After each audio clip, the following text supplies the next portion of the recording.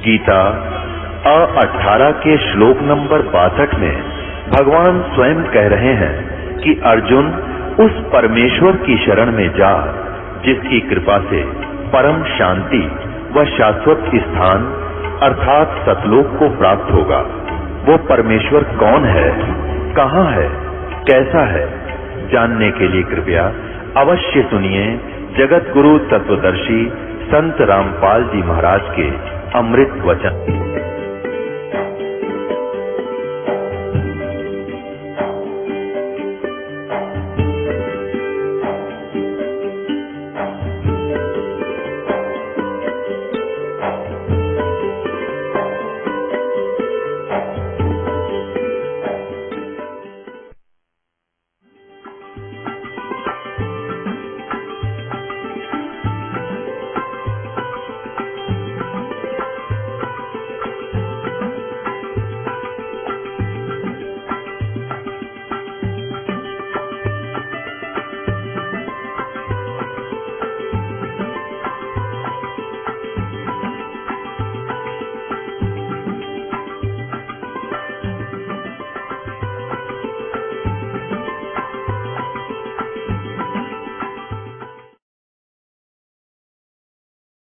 कहते हैं जब परमात्मा कबीर देव जी आए थे उनके साथ मजाक कर दिया था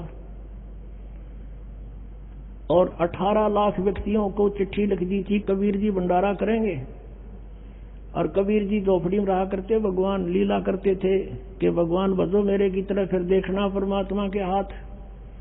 18 लाख व्यक्ति आगे, श्याम का आटा भी घर पे नहीं था।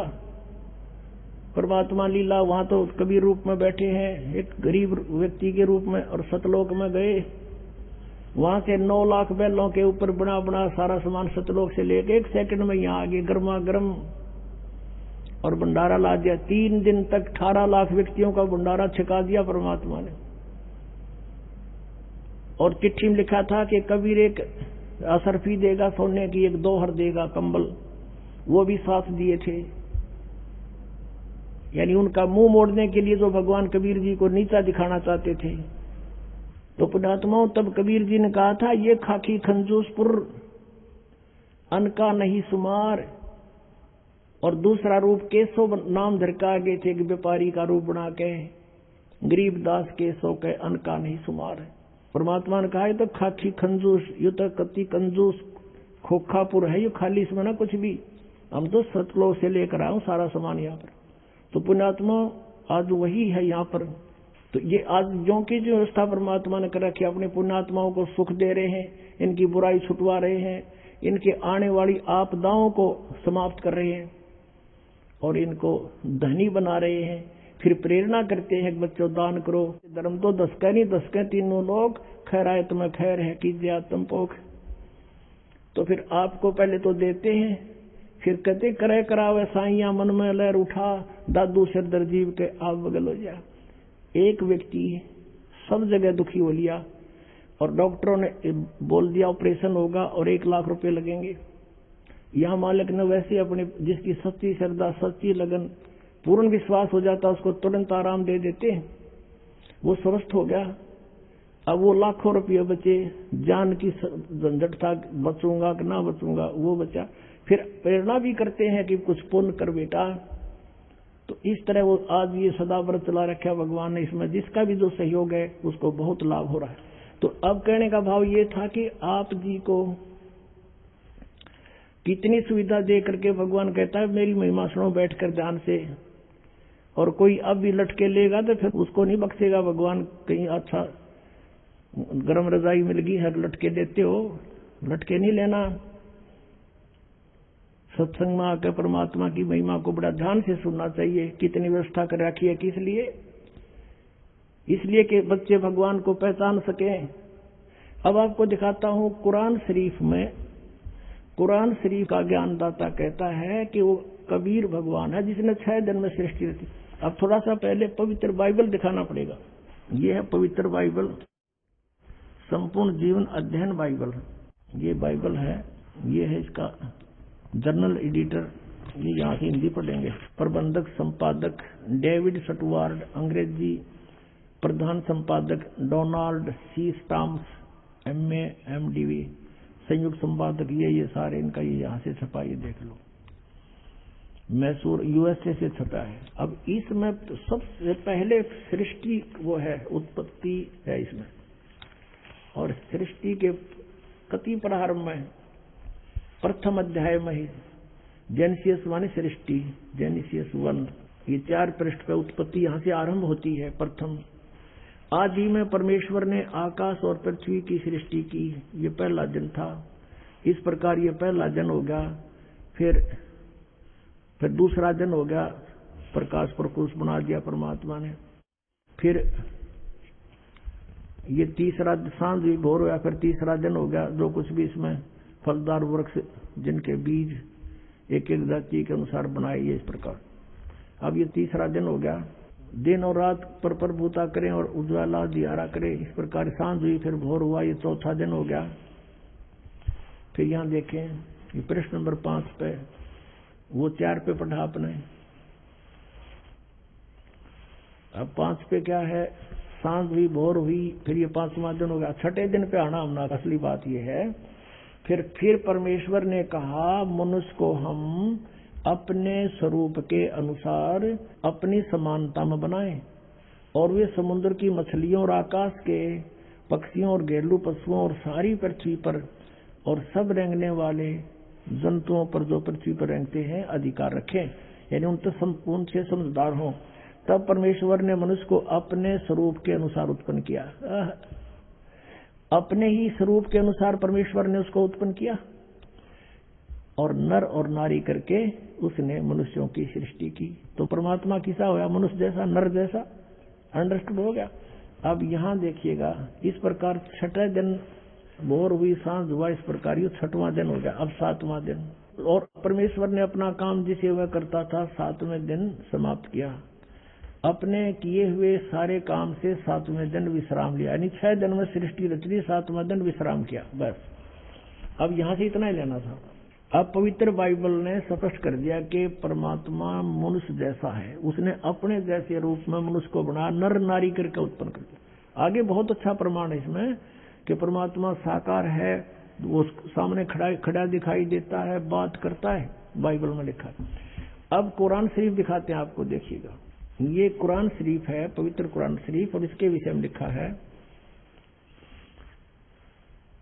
ये तो इनकी अरबी भाषा है। जालिकल किताबु ला रैब जू जैसला फीही जो, इसका अर्थ है इन्होंने किया है कि यह वह इल्हामी किताब है, धार्मिक किताब है, जिसमें कोई संदेह की गुंजाइश नहीं। यानी इसमें जो लिखा है वो फाइनल है हमारे लिए, इसमें हमने कोई डाउट नहीं, इसमें कोई गलत नहीं। इसका कहने का भाव ये कहाँ से बना है, शास्त्रीय अरबी पद्धति पर नागरी लिपि में अनुवाद सटीपन, इसका अर्थ है स अनुवाद सटीपन, सानुवाद। रूपांतकार है नंद कुमार अवस्थी, शेरवानी संस्करण। ये कहाँ से छपा है, कुरान शरीफ शेरवानी संस्करण। प्रकाशक हैं लखनऊ किताबघर, मौसम बाग, सीतापुर रोड, लखनऊ, यहाँ से छपा। अब हम इसके सूरत फुरकानी 25 पर आते हैं। ये देखिएगा, ये सूरत कुरान शरीफ है, और सुरतुल फुरकानी, इसको सूरत बोलते हैं, सुरतुल फुरकानी, यानी सूरत फुरकानी 25। अब इसमें यहां से देखेंगे, ये देखिएगा, ये 52 नंबर आयत है। 51 यहां समाप्त होती है, ये 52 शुरू होती है। फला तुतियल काफिरन व जाहिदहुम बिही जिहादन कबीरन, ये स्पष्ट लिखा कबीरन। इसको ये कुरान शरीफ कहो चाहे मजीद कहो, अब दिखाएंगे आपको। अब इसका हिंदी अनुवाद यहाँ किया है इन्होंने। ये 51 समाप्त हुई, 52 प्रारंभ हुई। इसका अनुवाद है ये जो हमने अरबी भाषा पढ़ी, लिखी है इसमें नागरी लिपि में। अब इस 52 का यहाँ अनुवाद किया है। तो ए पैगंबर हजरत मोहम्मद को कुरान शरीफ का ज्ञानदाता बोल रहा है, तुम काफिरों का कहा न मानना, जो परमात्मा की पूजा ना करते, न देवताओं की पूजा करते, उनको काफिर बोलते हैं, मानना। और इस कुरान शरीफ की दलीलों से जो मैं तुझे ज्ञान दे रहा हूं, उनका सामना बड़े जोर से करो। इन्होंने कबीर का अर्थ बड़ा कर दिया। और ये लिखना था कि वो अल्लाह फला तुतियल काफिरन व जाहिदम बिही जिहादन कबीरन, कबीरन माने कबीर के लिए तू संघर्ष कर। वो तो काफिर जो है वो नहीं मानते कबीर इज गॉड, लेकिन मैं कह रहा हूँ वो कबीर है सब कुछ। अब यहाँ कबीरन कहो, कबीर कहो, खबीर कहो, खबीरा कहो, ये इसी परमात्मा का एक भाषा में भिन्नता मंत्र है। अब यही नो की नो कुरान शरीफ है ना, कुरान मजीद नाम है इसी का, सिर्फ लिखने में अंतर किया है राइटर ने, अनुवाद करते समय वो कबीरन लिखो से कबीरा लिखो, एक ही बात। देखिएगा ये कुरान मजीद है, वही की वही नो की नो, इसमें कोई अक्षर का भी अंतर नहीं है, लेकिन ये मजीद लिख दिया।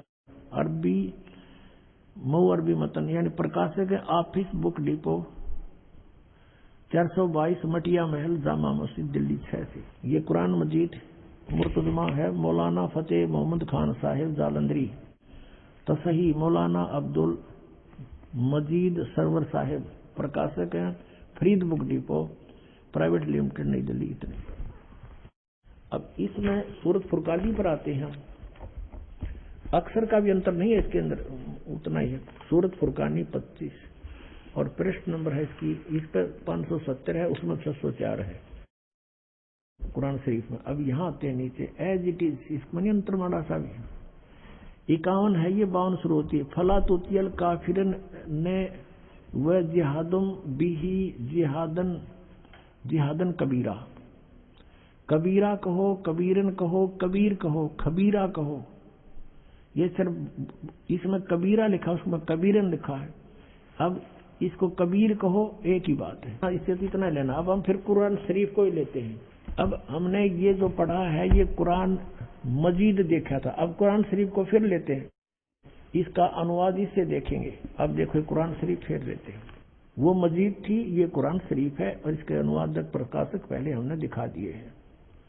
ये सारा लखनऊ किताब घर से ये प्रकाशित है, मौसम बाग सीतापुर रोड लखनऊ से।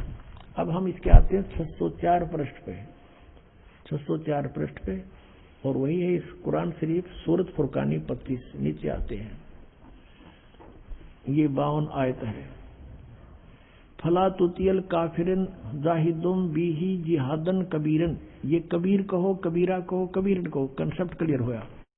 अब ये क्या कहता है यहाँ पर कि ए पैगंबर, कुरान शरीफ का ज्ञान देने वाला अपने पैगंबर को बोल रहा है तुम काफिरों का कहा न मानना। वो काफिर नहीं मानते भगवान को, वो तो अन्य देवताओं की पूजा करते हैं।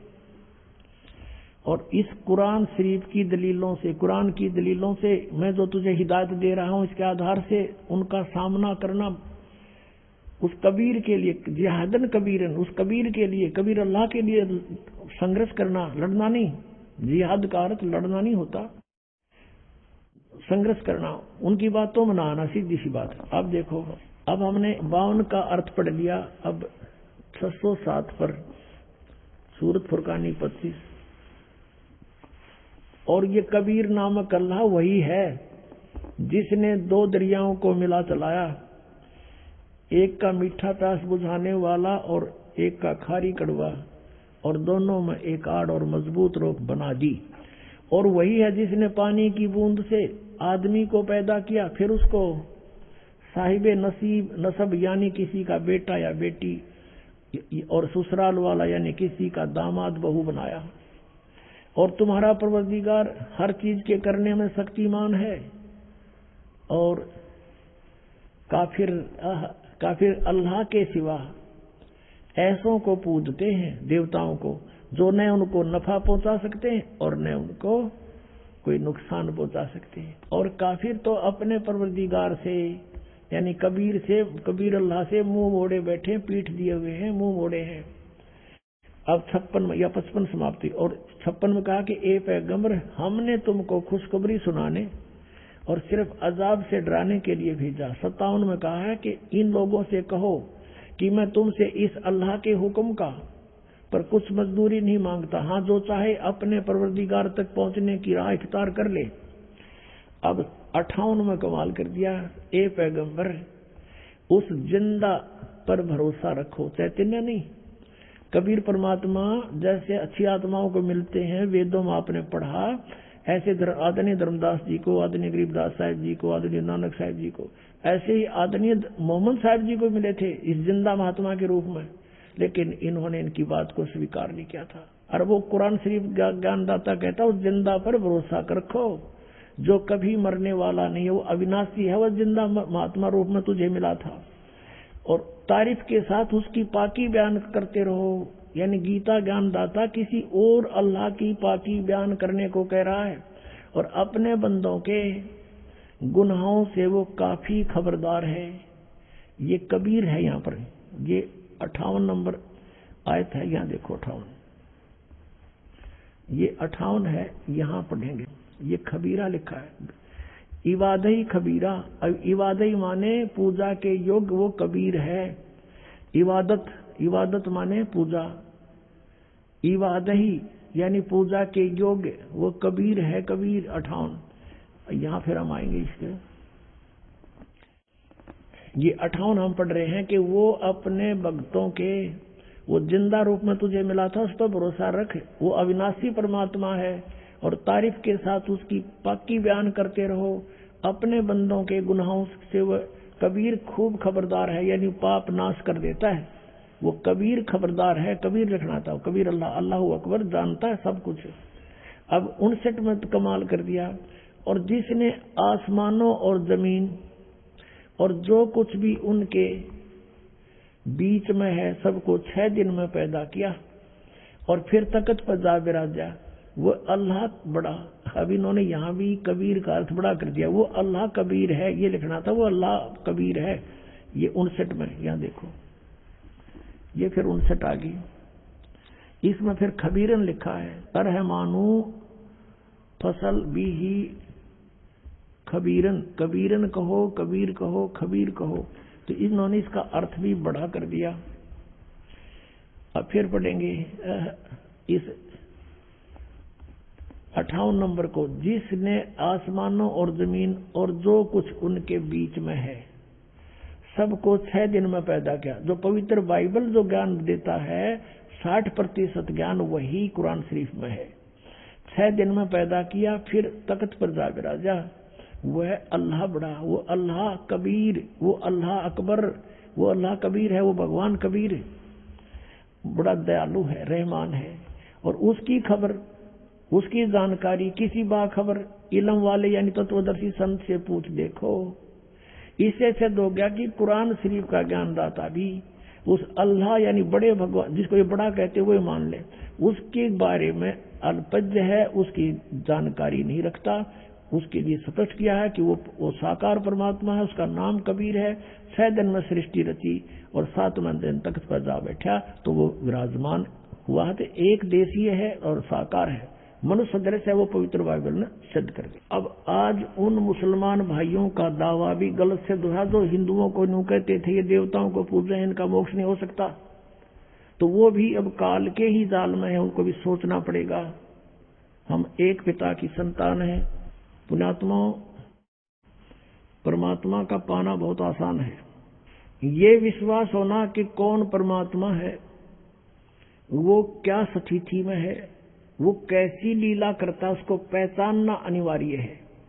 और कौन सी वे ऑफ वर्शिप है, वो पूजा की विधि क्या है जिससे मोक्ष होगा, वो कौन है, कैसा है, उसका नाम क्या है, उसका प्रमाण क्या है। तो उसका प्रमाण सदग्रंथों में है। गीता जी अध्याय नंबर 16 के श्लोक नंबर 23 में कहा कि अर्जुन जो शास्त्र विधि को त्याग कर मनमाना आचरण करते हैं उनको, उनकी न तो गति होती है यानी मोक्ष नहीं होता, न उनको कोई सिद्धि प्राप्त होती है और न ही कोई सुख होता है, यूजलेस। 24वें श्लोक में 16वें अध्याय में कहा गीता जी में कि अर्जुन इससे तेरे लिए अर्जुन शास्त्र ही प्रमाण है, कर्तव्य और अकर्तव्य के लिए। कौन सी करनी चाहिए साधना, कौन सी ना करनी चाहिए। किसी के लोकवेद पर विश्वास ना करना। जैसे राधा स्वामी वालों का लोकवेद आपने देखा जो तो हंसी आवे, इनको ये नहीं मालूम सतनाम खान का है कि पीण का, गाटा जोड़ रखा। सतनाम सार नाम भी वही है, सतनाम भी सार, सतनाम को कहते हैं सतपुरुष भी सतनाम, सार शब्द भी सतनाम, और सचखंड भी सतनाम, और सतपुरुष भी सतनाम। ये जाएंगे सतलोक है थरा गजब भैया। पुण्यात्माओं, सृष्टि रचना सुनाने के लिए इतनी भूमिका बनाई थी ताकि आपका ये बात यकीन हो, विश्वास हो कि ये दास जो कह रहा है और परमात्मा ने जो कहा दास वही कह रहा है। एक तो आपने इस तत्व ज्ञान को समझने के लिए जो इस आश्रम में आते हैं, ये निरसंशय हो जाना कि ये दास जो शब्द बोलेगा वो 100% सत्य होंगे। फिर आपको समझण में आसानी हो जाएगी, इस मन का फतूर ना रहेगा। और ये विश्वास दिलाने के लिए कि दास जो बोल रहा है वो सारी साची है, ये प्रमाण दिखाता हूं। इन प्रमाणों को समझने के बाद फिर आपको ये भी देख लेना कि कहीं कोई ना प्रमाण दिखा पावे दास, और जो शब्द बोलेगा वो प्रमाणित समझ लेना, तो बहुत शीघ्र समझ में आ जाएगी आपके भगवान की ये परिभाषा। अब ये जो सृष्टि रचना जो दास सुनाने चला था, अब बहुत शॉर्टकट में सुनाऊंगा, 5-4 मिनट में, समय अच्छा हो गया है। पुण्यात्मा, वैसे तो परमात्मा के लिए तो महापुरुषों ने जैसा भी उनके गुरुओं ने बता दिया, शीश देने की तैयारी कर दी, सारा खड़े होकर तप किया, अग्नि के चारों तरफ आग जला के बीच में बैठ के तप किया, घर त्याग दिया, ऊपर को पैर करके साधना की, व्रत भी रखने शुरू कर दिए। जैसे जैनियों में देखो आप, इतने घोर व्रत कराते हैं, उपवास रखवाते हैं, वो भी उनको मंजूर है, एकादे की तो डेथ भी हो जाती है, लेकिन फिर भी वापस नहीं हटते। तो परमात्मा पाने के लिए हमने समय निकालना चाहिए। और ये कथा परमात्मा की सत्यनारायण कथा है, इसको सुनने से भी आत्मा प्रबल होती है, इसे चार्ज होती है, कुछ पाप इस ज्ञान यज्ञ से नाश होते हैं जो दास आपको सुना रहा है। और पहले हम क्या करते थे, जैसे जब ये ज्ञान नहीं था, पहले VCR चाले थे, और एक VCR का एक नाइट का 100 रुपये चार्ज होता था। 3 कैसेट लिया करते, 3-3 घंटे की फिल्म, और शाम ने चालू कर दिया करते 8 बजे, और चाय बनवाए जाते और पिए जाते हैं, और नवाक पाने देखे जाते। भाई पूरे 100 रुपये पूरे कराएंगे, तीनों फिल्म चलाएंगे, 9 घंटे चलाते, और लेना एक न देना दो, बकवाद सारी। और यहाँ परमात्मा की कथा अगर 10-20 मिनट पहले ज्यादा भी हो जा तो हौसले से कथा सुननी चाहिए भगवान की, क्योंकि ये अनमोल रतन आज तक किसी को प्राप्त नहीं हुआ। आप पर वर्षा करवाई भगवान ने। और पहले हम सांग देखने जाया करते गांव में बैठ जाते, वो बकवाद करें जाते, और हम रेत में बैठ जाते जहाँ गधे बिना बैठे, और सुबह देखा करते ना यहाँ बैठे थे काल रात ने तेरे की, तो दिन में जो देखा भी ना जा, उस रेत में बैठे थे और बकवाद सुना करते थे। और यहाँ सारी सुविधा दी भगवान ने अपने बच्चों को, और ये ज्ञान सुना रहे हैं आप। आपकी किस्मत का अंदाजा नहीं लगा सकते कितने पुण्य हैं आपके। लख बर सूराजो जी, लख बर सामदे, लख बर यती जहान में जबकि तो सतगुरु शरणा ले। बहुत पुण्यकर्मी युगों युगों के तुम रहे हो। आज आपको यहाँ कोई भी कारण बना के थे, दुखी करके थे, सुखी करके लाए हैं भगवान। आप रहम किया उसने। आपके लिए जो दुख तुम्हें यहाँ लेकर आया, वो दुख भी आपके लिए वरदान होगा कि इसके कारण आपको भगवान मिल गया। और दुख तो इसके दरबार में रहना ही को नहीं, जब विश्वास आपके दृढ़ हो गया तो सतलोक के अंदर परमात्मा ने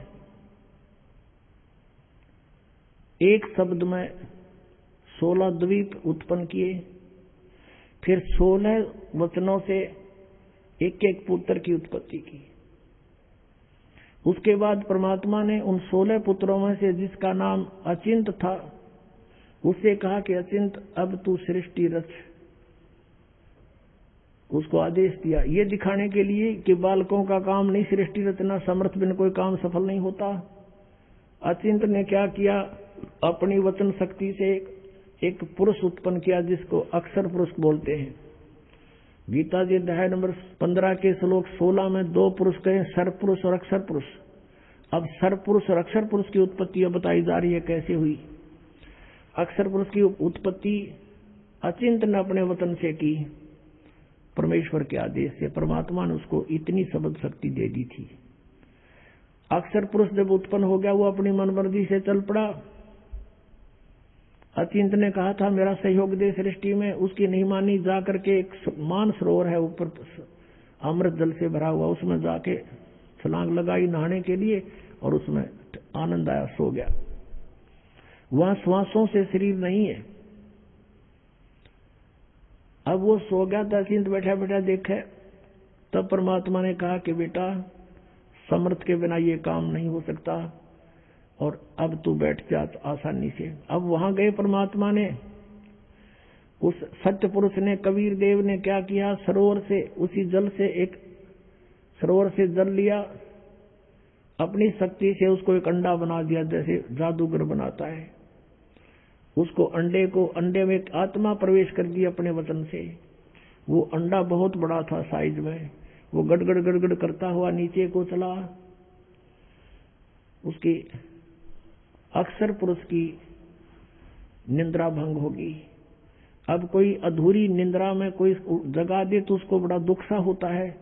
इस दुख महसूस किया उसने, कोप किया और अंडे को कोप से देखा, क्रोध से। उस क्रोध से वो अंडा फट गया। उसमें से ये सरपुरुष यानी ज्योत निरंजन काल निकला एक मनुष्य रूप में। इन दोनों से कहा कि अक्सर पुरुष तुम निंद्रा में थे, आकाशवाणी की परमात्मा ने बाहर से, और तुम बाहर आओ, तुझे जगाने के लिए सब लीला की गई है, तू बाहर आओ। दोनों जने वो दोनों बाहर आ गए और उनसे कहा कि तुम अचिंत के द्वीप में रहो, तीनों एक द्वीप में। वो तीनों दोनों वो चले गए, एक अचिंत हो गया। अब कुछ दिनों के बाद ये सरपुरुष, ज्योति निरंजन कहो, सरपुरुष कहो और अक्षर पुरुष कहो, चाहे परब्रह्म कहो, ये दोनों अचिंत के लोक में रहने लगे। कुछ दिनों के बाद इस सरपुरुष यानी ज्योति निरंजन कहो, इसे काल कहो, काल आगे जाके ही बनेगा।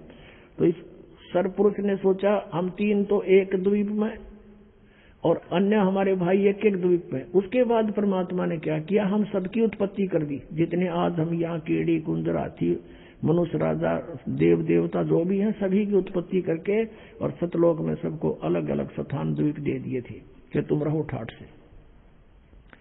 तो इसको ये चिंता होगी, दुख हुआ, ईर्षा हुई कि हम तो तीनों एक लोक में, सारे सब अब अपने अलग अलग स्वतंत्र रह रहे हैं। तो इसने तप करना शुरू किया। 70 युग जब तप किया, प्रभु ने पूछा तू क्या चाहता है, परमेश्वर ने पूछा तू क्या चाहता है। इसने कहा कि हे पिता, हे परम पिता, मेरे लिए स्थान कम है, मुझे अलग से कोई स्थान दे दो। तो परमेश्वर ने इसको 21 ब्रह्मांड दे दिए, जैसे कोई धनी पिता अपने पुत्र को 21 प्लाट दे दे, अगले 21 प्लाट। वहां ये गया, रहने लगा। इसने देखा लेकिन वहां खाली पड़ा था, इसलिए सोचा कुछ कंस्ट्रक्शन हो। इसने 70 युग तप फिर किया। हम कैसे फंसे यहाँ पर, इस काल के साथ कैसे आ गए यहाँ इतने गंदे लोक में। हमने वहां पर गलती की थी। हमारे पिता ने हमारे को सब सुविधाएं दे रखी थी, कोई असुविधा नहीं थी किसी प्रकार की भी। हम अजर अमर थे, हम सदा युवा रहते थे, हमारे परिवार थे वहां पर, पूरे ग्रुप के ग्रुप, परिवार के परिवार थे। सतलोक में सृष्टि है ऐसी ही है, लेकिन वहां के हंस आत्मा है, वहां मृत्यु नहीं होती, बुढ़ापा नहीं होता, सदाबहार वृक्ष रहते हैं, कोई राग द्वेष नहीं, कोई बाही बंटवारा नहीं। और ये राधा स्वामी वाले जितने भी सब कहते हैं सतलोक में तो प्रकाश ही प्रकाश है। वहां आत्मा परमात्मा में ऐसे मिल जाती है जैसे बूंद समुद्र में। अरे कोई डूब का मरना, वहां पर ढूंढ रहे हैं भगवान को, परमात्मा को तलाश कर रहे हैं, उसके दर्शन करेंगे, बैठेंगे, बतलावाएंगे, अपना दुख रोवाएंगे, हैं देख देख कर खुश होवाएंगे। इनको भगवान निराकार है, प्रकाश ही प्रकाश है और आत्मा उसमें ऐसे मिल जाती है जैसे बूंद समुद्र में। ये तो एक डूब का मरने वाली बात होगी। है किसी में मत चलो, कहेंगे चलो समुद्र में डूब मरो, भगवान मिलेगा, लो अभी ना जाओ। तो ये मूर्ख बना रखे हमने, उन्हें पता है ना सतलोक का बेरा। इन जाने वालों ने पता है उड़ा जाना उड़ा कुछ है को नहीं है। तो बात बात वो बनाओ, सुन लेते हैं श्रद्धालु। तो वहां पर सृष्टि है, एज इट इज है, भगवान मनुष्य दृश्य है, उसके एक रोमकूप में करोड़ सूर्य मिला दे, करोड़ चंद्रमा, इतनी रोशनी उस मालिक की वहां के रूप में। वहां से वो हल्के तेज पुंज का रूप बनाकर सरल करके यहाँ आता है। वेद भी बता रहे हैं और ये 600 साल पहले परमात्मा ने अपनी महिमा आप बता रखी है कबीर वाणी में। तो वहां से वो परमात्मा ने आके खुद बता। तो हम अपने भगवान को छोड़ गए, जिसने हमारे को सारा सुख दे रखा था, हम इस पर आसक्त हो गए। यू खड़ा होगा तब कर था, और जो देखो देखो हो कितने इतना वर्ष खड़ा रहा, हो बड़ा कमाल कर दिया। अब हमारे ये बीमारी वहां से लगी थी बुराई। जैसे अब है एक हीरो या हीरोइन, अभिनेता अभिनेत्री, अपने पेट के लिए नाचा कूदी उछलम कूदम मेकअप करते, और हम उन पर आसक्त होते हैं।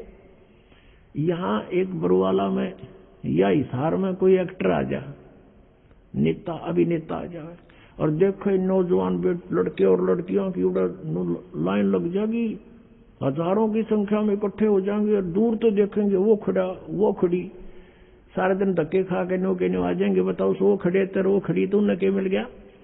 वो अपने पेट के लिए भटक रहे हैं, और हम उनको देख आसक्त हो रहे हैं, और कहते हैं मेरा फेवरेट वो है ये हीरो, फेवरेट। इन फेवरेट ने मार दिया, यू हमारा फेवरेट हीरो हो गया वहां पर सतलोक में। और परमात्मा ने आकाशवाणी की कि बच्चों तुम इसने ना देखो, मस्त रहो, भक्ति करो, चैन से रहो, इसका कर्म ठीक नहीं है। ये परमात्मा ने इसको मना किया था, पर इसने ये माना नहीं।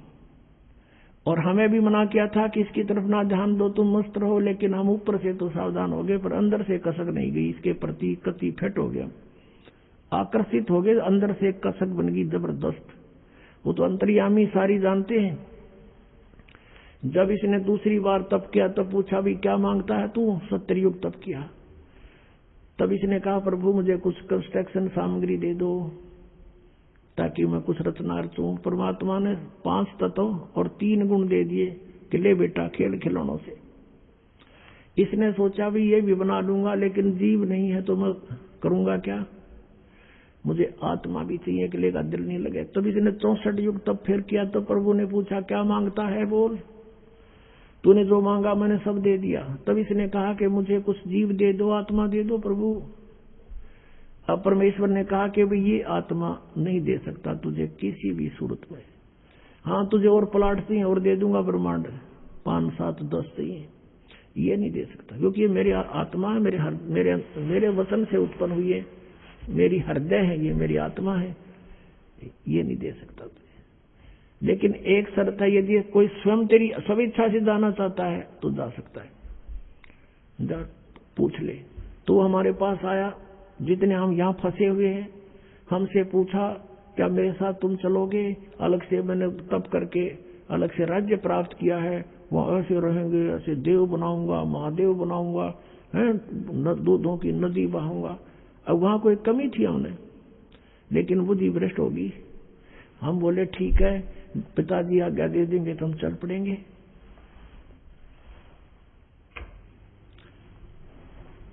अब उसने परमेश्वर कबीर देव से कहा काल ने कि पिताजी कुछ आत्माएं मेरे साथ जाने को एग्री हैं। परमेश्वर ने कहा कि मेरे सामने स्वीकृति दिला दो। परमेश्वर आए वहां से स्वयं और हमारे पास आकर खड़े हो गए। परमेश्वर ने कहा कि बोलो भाई कौन जाना चाहता है इसके साथ, हाथ खड़ा करो। अब परमात्मा ने पहले तो हमें मना किया था कि इस पर आसक्त मत हो, हम शर्मिंदे हो गए, नीचे को मुंह कर लिया, कोई नहीं बोला, सन्नाटा छा गया। तो परमेश्वर ने कहा कि रे तो आप तो कह रहे, तू तो कह रहा था ये बहुत कुछ मेरे साथ जाने वाले हैं, ये तो कोई बोलता ही नहीं, झूठ बोलता था तू। इतने में एक आत्मा ने सोचा कहीं बात ना बिगड़ जाए, हिम्मत सी करके खड़ा हो गया। खड़ा होकर कहा कि प्रभु मैं जाना चाहता हूं इसके साथ। अब पीछे फिर हमने सोचे कि ये कलाई लूट जा लूट, फिर तो हम देखा जैसे बच्चे स्कूल में एक हाथ खड़ा कर ले, सारे कर लिया अगर नो नो नो, तो हम सब खड़े हो गए और दोनों हाथ कर दिए, हम भी जाना चाहते, हम भी जाना चाहते। परमेश्वर ने कहा भाई ठीक है, मैंने इनके नंबर नोट कर दिए इन आत्माओं के, किस किस ने स्वीकृति दी है, और आप अपने लोक में जा। इनको मैं विधि से भेजूंगा, एज इट इज नहीं भेज सकता। तो क्या किया परमात्मा ने, हमें बीज रूप बनाया सूक्ष्म, और जिसने सबसे पहले काल के साथ आने की स्वीकृति दी थी उसको एक लड़की का रूप बना दिया, युवा लड़की, युवती, खूबसूरत लड़की बना दिया, जो आगे चल के दुर्गा कल आई। और उसके अंदर हम सब आत्माओं को फीड कर दिया अपने वचन से, और उससे कहा कि बेटी मैंने तुझे सब शक्ति दे दी है, परमेश्वर कबीर देव जी ने कहा। और जितने जीव ये ब्रह्म कहे, सरपुरुष कहे, उतने तो उत्पन्न कर देना। तेरे वचन में शक्ति दे दी, तो वचन से भी उत्पन्न कर सकती है। अपने पुत्र सहजदास से कहा कि पुत्र जा अपनी बहन को ज्योत निरंजन के पास छोड़ के आ, सरपुरुष के पास। उसके ब्रह्मांड, ये सभी ब्रह्मांड वहीं थे सतलोक के अंदर। ये वहां खड़ा था। सहजदास उस लड़की को लेकर गया, प्रकृति को, दुर्गा को, और वहां जाकर कहा कि ले पिताजी का आदेश है, ज्योत निरंजन जितनी भी आत्माओं ने तेरे साथ आने की स्वीकृति दी थी, उन सबको इसके अंदर फीड कर दिया, भगवान ने भर दिया, और इसको वचन शक्ति दे दी है। जितने जीव तू कहेगा ये वचन से बना दिया करेगी। और ऐसा कहकर सहजदास वापस आ गया। अब ज्योत निरंजन ने देखा, इस ब्रह्म ने, सरपुरुष ने, युवा लड़की, अपनात्माओं, ये यहाँ बलात्कार और ये बकवादें जो है, ये हमारे अंदर इस मन वहीं से घर कर गई थी। इस काल में ये मन रूप में सबके अंदर विद्यमान हो गया। इसने ऐसा एलिमेंट छोड़ दिया हमारे अंदर, इसके अंदर ये दोष आ गया। एकांत में अकेली युवती को देखकर इसने उसके साथ जुल्म करना चाहा। लड़की भी भांप गई इसके इरादे को और कहा कि ज्योति निरंजन बात सुन, तू मेरा बड़ा भाई, तू मेरे से पहले उत्पन्न हुआ, अंडे से परमात्मा का ही उत्पन्न किया हुआ है और उसी से मेरा जन्म हुआ। तू मेरा बड़ा भाई, मैं तेरी छोटी बहन, बहन भाई का यो क्रम अच्छा नहीं होता, तू जुल्म ना करे। पिताजी ने मुझे शब्द शक्ति दे रखी है, वचन शक्ति, जितने जीव कहेगा मैं बना दूंगी। इसने एक नहीं सुनी, हद से आगे बढ़ गया। लड़की ने अपनी इज्जत सुरक्षा के लिए कुछ ना पाया तो उसने छोटा रूप बनाया और इसने बकवाद के लिए मुंह खोल रखा था, मुंह के माध्यम से पेट में चली गई। वहां से परमेश्वर कबीर देव अपने पिता से पुकार की, भगवान मेरी रक्षा करो। परमात्मा ने कहा, जोगजीत सहजदास जाओ उसके पास। और परमेश्वर स्वामी आए अपने पुत्र का रूप बना के और कहा, ज्योति निरंजन तुमने जुल्म कर दिया। ऐसे पवित्र लोक में जो ऐसी गलती करता उसको ये सजा है कि तू आज से काल कहागा, 1 लाख मानव शरीरधारी प्राणियों को नित खाया करेगा, 1.25 लाख उत्पन्न करेगा। आज से तेरा नाम काल होगा। लड़की को, दुर्गा को उसके पेट से निकाल दिया और उन दोनों को 21 ब्रह्मांड समेत सतलोक से निष्कासित कर दिया। 16 शंख कोश की दूरी पर 21 ब्रह्मांड आकर रुक गए और यहां फिर अपने मालिक की विधि अनुसार ये चक्कर काटने लगे। अब काल ने फिर सोचा कि अब मेरा कौन के बिगाड़ेगा, जो इन्होंने सजा देनी थी मुझे दे दी। दुर्गा के साथ फिर दुर्व्यवहार शुरू किया। इसने फिर प्रार्थना की कि ज्योति निरंजन, पहले तो तू मेरा बड़ा भाई, मैं तेरी छोटी बहन, दूसरे मैं तेरे पेट से बाहर आई हूं, तेरी बेटी होगी। यानी इसने अपनी इज्जत बचाने के लिए सब कुछ कह दिया, पर इसका कोई असर नहीं हुआ।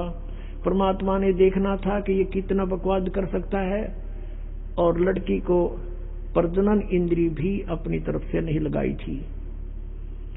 इसने अपनी सिद्धि शक्ति से नाखूनों से प्रजनन इंद्री बनाई और दुर्गा के साथ विलास किया। 3 पुत्रों की उत्पत्ति की। बड़े का नाम ब्रह्मा, दूसरे का विष्णु, तीसरे का शिव हुआ। अब मैं तुमसे कहूं चिताई, त्रिदेवन की उत्पत्ति भाई। ज्ञानी सुने तो हृदय लगाई, मूर्ख सुने तो गम ना पाई। माष्टंगी पिता निरंजन, ये जमदारुण वंशन अंजन। पहले की निरंजन राई, पीछे से माया उपजाई। माया रूप देख अति शोभा, देव निरंजन तन मन लोभा। निरंजन की ने भोग विलासा, माया को रही तब आशा। 3 पुत्र अष्टंगी जाए, ब्रह्मा विष्णु शिव नाम धराए। 3 देव विस्तार चलावे, इनमें यो जग धोखा खावे। 3 गुणों की भक्ति में ये भूल पड़ो संसार। कह कबीर निज नाम बिना कैसे उतरो पार। 3 देव की जो करते भक्ति, उनकी कदे ना होवे मुक्ति। बोलो सतगुरुदेव।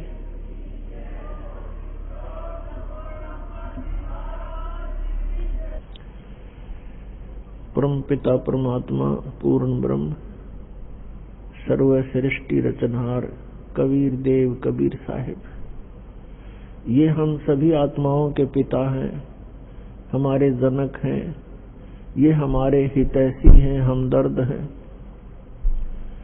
और हम जिस लोक में रह रहे हैं ये अपना मूल ठिकाना नहीं है, हम यहाँ के वासी नहीं हैं, यहाँ हम सुखी नहीं हो सकते। और जिन आधारों को हम सुख मान रहे हैं, निसंतान सोचता है मुझे संतान हो जावे मैं सुखी हो जाऊंगा, निर्धन सोचता है मैं धनवान हो जाऊं सुख होगा, धनवान को सुख सपने में भी नहीं होता। धनवान सोचता है राजा लोग सुखी होंगे, राजा सोचते हैं कि स्वर्ग के देवता सुखी होंगे, देवता सोचते हैं कि इंद्र स्वर्ग का राजा सुखी होगा, इंद्र सोचता है ब्रह्मा विष्णु महेश सुखी होंगे। और ब्रह्मा विष्णु महेश उनका जीवन देख लो, सुख का सांस नहीं। श्रीमद् देवी भागवत के अंदर स्वयं भगवान विष्णु ब्रह्मा जी से कह रहे हैं, ब्रह्मा जी पूछ रहे हैं कि आप तो सर्वेश्वर हो, आप भी ध्यान क्यों लगाए बैठे हो, किसका ध्यान करते हो, किस देवता की पूजा करते हो। भगवान विष्णु कहते हैं मैं दुर्गा का ध्यान करता हूं, देवी का, शक्ति का, और मेरे विचार में, मेरे जानकारी में इससे बड़ी कोई शक्ति नहीं, इससे बड़ा कोई प्रभु, कोई देव नहीं। और मैं अधिकतर तप करता रहता हूं, तप करने से फुर्सत मिलती है तो मैं फिर ज्यादातर राक्षसों को मारने के लिए युद्ध करता रहता हूं। थोड़ा बहुत सौभाग्य मिलता है, कुछ समय मिलता है, कुछ देर लक्ष्मी के पास रह पाता हूं। इससे सिद्ध है कि ब्रह्मा विष्णु महेश सुखी नहीं। तो पुण्यात्माओं, आप यहाँ सुख की चाह करते हो, ये भूल पड़ी है आपके। परमात्मा कहते हैं तन दर सुखिया कोई न देखा, जो देखा सो दुखिया हो, उदय अस्त की बात करते हैं, मन सबका किया विवेका हो, सबका किया विवेका हो। तन दर सुखिया कोई न देखा, जो देखा सो दुखिया हो, उदय अस्त की बात करते हैं, मन सबका किया विवेका हो, सबका किया विवेका हो। भाई घाटे बाधे सब जग दुखिया, के गृहस्थी बैरागी हो, घाटे बाधे सब जग दुखिया, के गृहस्थी बैरागी हो। सुख देव ने दुख के डर से, गर्भ में माया त्यागी हो, गर्भ में माया त्यागी हो। तंदर सुखिया कोई न देखा, जो देखा सो दुखिया हो, उदय अस्त की बात करते हैं, मन सबका किया विवेका हो, सबका किया विवेका हो। भाई जंगम दुखिया योगी दुखिया, तपस्वी को दुख दूना हो। जंगम दुखिया जोगी दुखिया, तपस्वी को दुख दूना हो। आशा तृष्णा सब में व्यापे, कोई मैल ना सुना हो। तंदर सुखिया कोई न देखा, जो देखा सो दुखिया हो। उदय अस्त की बात करते हैं, मन सबका किया विवेका हो, सबका किया विवेका हो। भाई साच कहूं तो जग ना माने, पर झूठ कही ना जाई हो। साच कहूं तो जग ना माने, पर झूठ कही ना जाई हो। ये ब्रह्मा विष्णु शिव जी दुखिया, जिन ये राह चलाई हो। जिन ये राह चलाइयो, तन दर सुखिया कोई न देखा, जो देखा सो दुखिया हो। उदय अस्त की बात करत है, मन सबका किया विवेका हो, सबका किया विवेका हो। सूरपति दुखिया भूपति दुखिया, रंक दुखी बपरीती हो। सूरपति दुखिया भूपति दुखिया, रंक दुखी बपरीती हो। कहे कबीर और सब दुखिया, एक संत सुखी मन जीती हो। एक संत सुखी मन जीती हो। तंदर सुखिया कोई न देखा, जो देखा सो दुखिया हो। उदय अस्त की बात करत है, मन सबका किया विवेका हो। सबका किया विवेका हो। सूरपति दुखिया भूपति दुखिया, रंक दुखी बपरीती हो। सूरपति दुखिया भूपति दुखिया, रंक दुखी बपरीती हो। कहे कबीर और सब दुखिया, एक संत सुखी मन जीती हो। संत सुखी मन जीती हो। तंदर सुखिया कोई न देखा, जो देखा सो दुखिया हो। उदय अस्त की बात करत हैं, मन सबका किया विवेका हो। सबका किया विवेका हो। परमात्मा हमें याद दिलाते हैं कि पुण्यात्माओं, तुम काल के जाल में फंसे हुए हो और जिस सुख को तुम छोड़ आए हो सतलोक में, उसको तुम यहां खोज रहे हो। जो सुख आपको अपने घरों में होता है, उस फैसिलिटी को आप जेल में चाह रहे हो, वो कभी नहीं हो सकती। तो ये 21 ब्रह्मांड जेल है काल की। 21 ब्रह्मांड ये काल की कैद है। इसमें हम बंद हैं, कर्मों का दंड हम भोग रहे हैं और संस्कारों के बंधन से, रस्से से, बेड़ियों से हमें बांध रखा है। और इस जेल में हम सुख ढूंढ रहे हैं। ये हमारी अज्ञानता और भोलापन है। इसके विषय में भगवान बता रहे हैं कि तन धर सुखिया कोई नहीं देखा।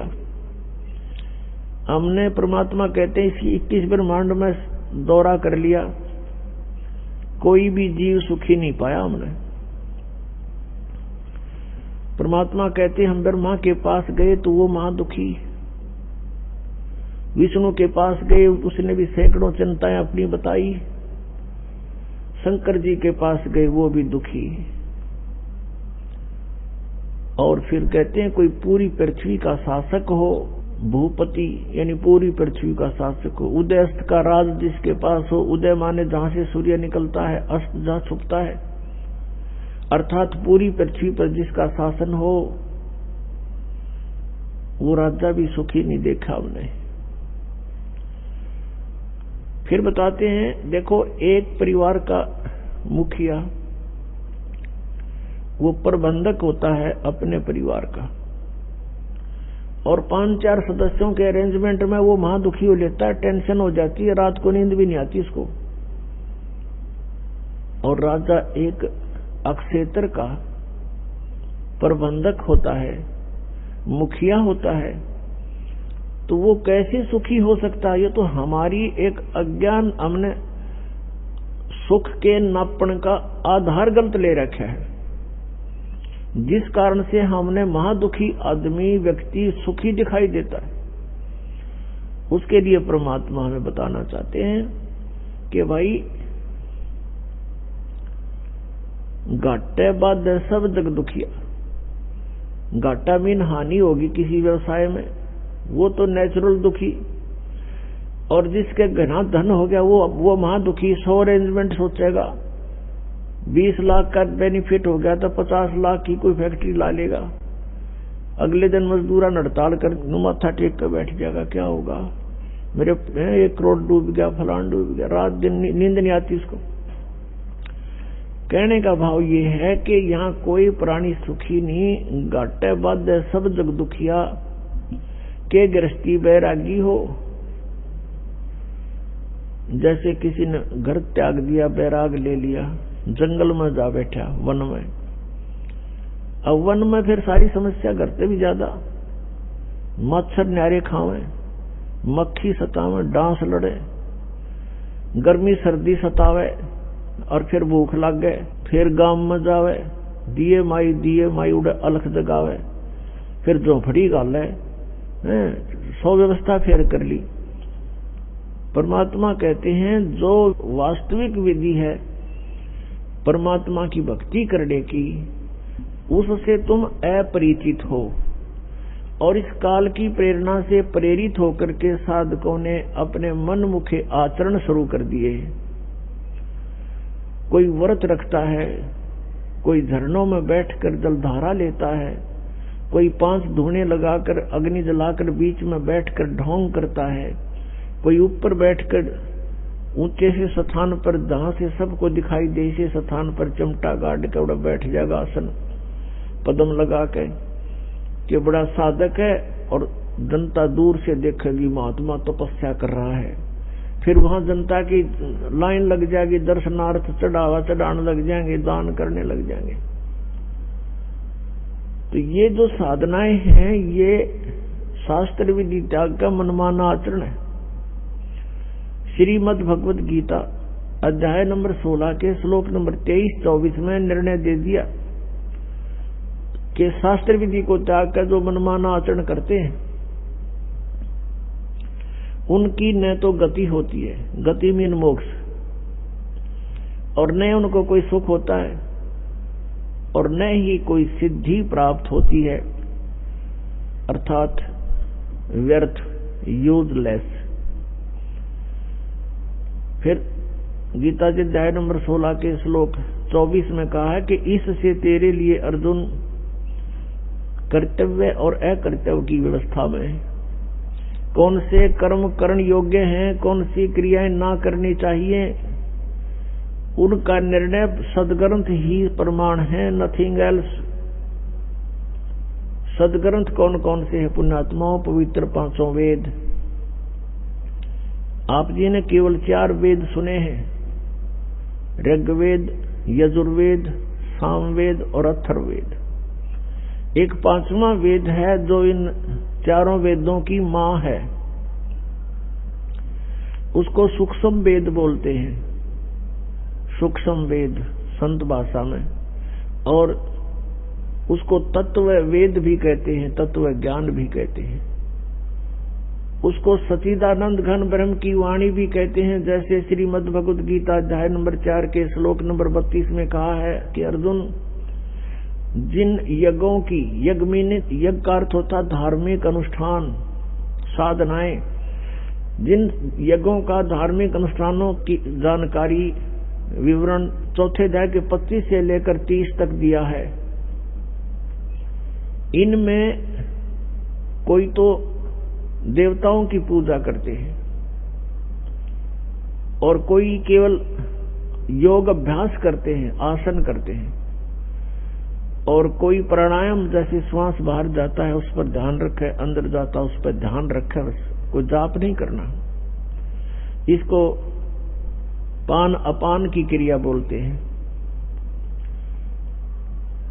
और कुछ प्राणायाम करके अपना श्वास सूक्ष्म करके ध्यान लगाने का चेष्टा करते हैं, कुछ स्वाध्याय करते हैं, कुछ तीक्ष्ण अहिंसावादी व्रत रखते हैं, जैसे मुंह पर पट्टी बांध ली, नंगे पैरों घूमना, झाड़ू सी लेके, कुछ ऐसी साधनाएं करते हैं, कुछ स्वाध्याय ही करते हैं, नित्य कोई पाठ कर लिया किसी भी धर्म ग्रंथ का, तो परमात्मा कहते हैं कि ये जो साधनाएं हैं, सभी साधक अपनी साधनाओं को पाप नाशक जानते हैं। वो ये सोच रहे हैं हम जो साधना कर रहे हैं ये हमारा पाप नाश करेंगी, पाप नाश होने से ही परमात्मा मिलेगा। फिर बताया चौथे अध्याय के 32वें श्लोक में गीता जी में कि इस प्रकार की धार्मिक अनुष्ठानों की जानकारी विस्तार के साथ ब्रह्मणे मुखे यानी सच्चिदानंद घन ब्रह्म की वाणी में, यहाँ चौथे अध्याय के 32वें श्लोक में अनुवादकर्ताओं ने अनर्थ किया है, शब्दों के अर्थ ठीक नहीं किए। ब्रह्मणे मुखे का अर्थ इन्होंने किया है वेद की वाणी। ब्रह्म का अर्थ वेद नहीं होता, ब्रह्म का अर्थ प्रभु होता है, परमात्मा होता है। और ब्रह्मणे का अर्थ होता है बड़ा भगवान यानी सच्चिदानंद घन ब्रह्म। जैसे वेद तो विधान है प्रभु का और ब्रह्म परमात्मा है। यदि कोई राजा का अर्थ संविधान करता है किसी प्रकरण के अंदर तो उसको ज्ञान नहीं है, वो मूर्ख है बिल्कुल। राजा तो एक प्रबंधक है, मैनेजमेंट करने वाला है, कंट्रोलर है। उस वेद संविधान उसका कानून है, उसमें कानून लिखा कोई ऐसी गलती करेगा तो ऐसी सजा होगी, ऐसी करेगा तो ऐसी सजा होगी। ऐसे ही ब्रह्म तो प्रभु है और वेद उसका विधान है। तो यहाँ इन्होंने अर्थ गलत कर दिए। ब्रह्मणे मुखे का अर्थ है सच्चिदानंद घन ब्रह्म की वाणी। मुखे माने उसके मुख से बोले गए वचन, उस कबीर वाणी में, उस सूक्ष्म वेद में बहुत विस्तार के साथ लिखे हैं। और उस ज्ञान को चौथे अध्याय के 34वें श्लोक में कहा कि वो तत्व ज्ञान है। उस तत्व ज्ञान को तू तत्वदर्शी संतों के पास जाकर समझ। इससे सिद्ध है कि गीता ज्ञान दाता भी उस सूक्ष्म वेद से परिचित नहीं है। तो इससे यह भी सिद्ध हुआ कि सूक्ष्म वेद की जानकारी श्रीमद् भगवद गीता में नहीं है। ऐसे ही पवित्र चारों वेदों का वक्ता ब्रह्म कहा जाता है। ब्रह्म यही ज्योति निरंजन जो जिसने गीता बोली श्री कृष्ण जी में प्रवेश करके। ऐसे ही उसने वेदों को परमात्मा की दया से उसने एकदम बाहर निकाले थे, फिर उनको स्वयं पढ़ा, फिर स्वयं पढ़ करके उसको अन्य ऋषियों को अंदर प्रवेश करके उसने ये ज्ञान बोला। और ब्रह्मा जी को चारों वेद एज इट इज लिखे हुए लिखित रूप में दिए गए थे। तो पुण्यात्माओं, यहाँ पर बहुत सी ऐसी धारणाएं होती हैं क्योंकि हम आध्यात्मिक ज्ञान से अपरिचित हैं और जिस कारण से हम इन बातों को स्वीकार करने को तैयार नहीं होते। इन माइंडलेस मैन जो थे, महर्षि को आया करते थे जिनको ज्ञान कति नहीं था, वो कहते हैं कि सृष्टि के प्रारंभ में कागज कहां से आगे, लिख कैसे दिया, आदमी कहां से आगे फिर प्रारंभ में। कहते व्यक्ति तो भगवान ने उत्पन्न कर दिया, फिर एक कागज उत्पन्न करते भगवान के माठ लग जाएगी। ऐसी बेतुकी बातों पर जीव को उड़ा कर रख दिया। तो इस प्रकार हमने आत्म ज्ञान को समझने के लिए अग्रम अग्रम छोड़नी पड़ेगी। हमारे अंदर ये भावना आ जानी चाहिए भगवान जो चाहे सो कर सकता है। एक वचन में सब ब्रह्मांडों की रचना कर सकता है, एक सेकंड के अंदर सबका विनाश करके इनको तय करके रख सकता है और दूसरी सेकंड में एज इट इज कर सकता है। जैसे आप बैठे हो एज इट इज न्यू का न्यू वहीं से शुरू करवा दे आपके जीवन को। इसका नाम समर्थ शक्ति परमात्मा कबीर देव है। मोला थल से जल करे और जल से थल कर देत, हे साहेब तेरी साहेबी अब श्याम को हुक सवेत। परमात्मा सब कुछ कर सकते हैं। जब तक आपके मन में ये खरपतवार भरा पड़ा है, खुरापात भरे हैं, ऐसा नहीं हो सकता वैसा नहीं हो सकता, तो आप इस अध्यात्म ज्ञान को नहीं समझ सकते, फिर आपका प्रयत्न व्यर्थ होगा। पुण्यात्माओं, श्रद्धालु की श्रद्धा ब्लाइंड होती है, वो ब्लाइंड फेथ करता है और ऐसे ही करना चाहिए। लेकिन उस श्रद्धालुओं की श्रद्धा का, उस स्वभाव का जो एक श्रद्धालु के अंदर होता है, वो ब्लाइंड फेथ करता है अपने गुरुओं पर, ऋषियों पर, जो वो बताते हैं, टीचर्स पर, जो टीचर होते हैं आध्यात्मिक टीचर। और उन्होंने श्रद्धालुओं ने इन अज्ञानियों को महर्षि मंडलेश्वर और परम धड़ी मान लिया, सतगुरु समझकर उन पर विश्वास कर लिया, उन्हें जो वचन कहे धार लिए, सिरोधार्य कर लिए। वो दुरुपयोग किया उन्होंने। अभी तक मूर्ख बना रहे हैं, उनको खुद ज्ञान नहीं, श्रद्धालु उनके पीछे लगे हुए हैं।